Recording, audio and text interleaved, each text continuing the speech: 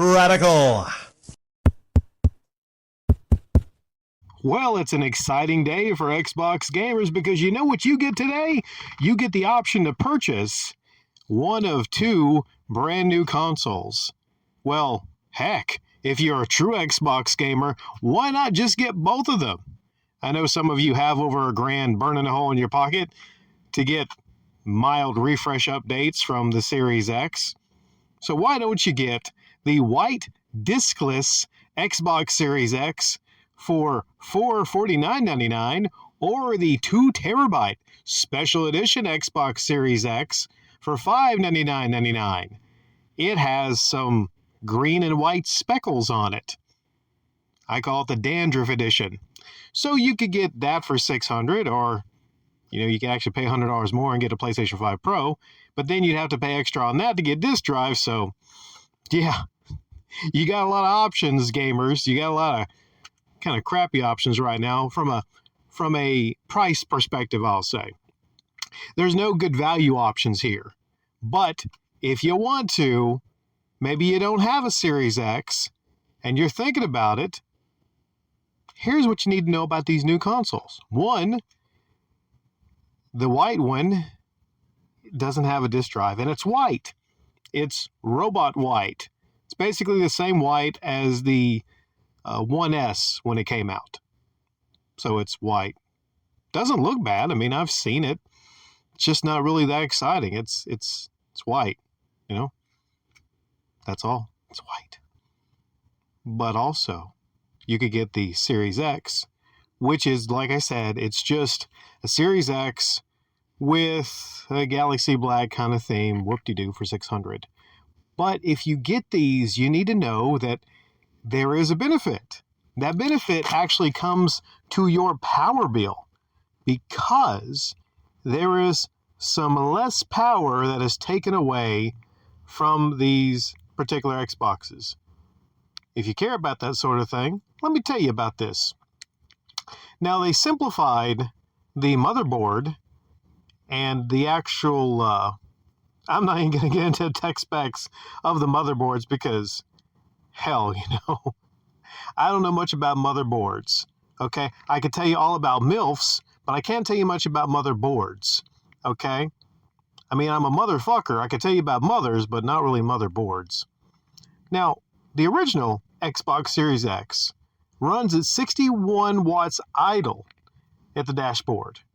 But on the 2TB special edition model, the one with the dandruff on it, it's only 51 watts idle. And how about, that's a 10 watt difference there. Ooh, 10 watts, baby. Couple extra $100 coming off your power bill there.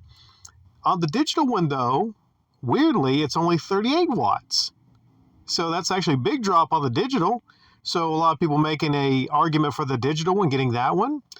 You save a whole 23 watts versus the original Xbox Series X, and you save 13 watts versus the Galaxy Black version. Now, when you're actually gaming, this is the real spec here. The original Series X runs at 167 watts, which is not that bad compared to like the other, Xbox consoles in the past, I would say. The discless model, 156 watts. And here's where it gets confusing. I said it's 38 watts on the digital and 51 watts on the Galaxy Black. Well, this makes no sense, this spec, because the discless model is 156 watts, but the 2TB Galaxy Black is 5 watts less at 151 watts. Does that make any sense? Makes absolutely no sense. So, if you are thinking about getting the new Xboxes, the cooling, for instance, there's a new 6nm chip that's been redesigned for these systems, but I don't think cooling was an issue with the original Series X. The big thing is there's no longer a vapor chamber, and Microsoft is using a traditional copper heat pipe design, and the noise is about the same. So you get a little bit of savings, and I mean just a little sliver of savings on your power bill that you probably won't even notice unless you wake up at 6 a.m., you go to sleep at 12 in the morning and you just game all day. Maybe for you it's going to make a huge difference, but there was never any huge overheating problems, I think, on the original Series X. So kudos on Microsoft for that design versus like the 360 early models that had the red ring of death and constant overheating there. So they became much better at designing their consoles over time. So, if I had both hands available, I would give a little golf clap to Microsoft on that. But just want to let you know, if you're thinking about getting these new systems and you get them, you can try to defend your purchase. You can try to defend it to anyone else that asks by saying, I save 13 more watts on my power bill. Practically, hey, they pay for themselves after 200 years. Something kind of funny that I'll add to this is there was a comment left on my previous upload talking about these new, and I use in quotations loosely, new Xbox systems.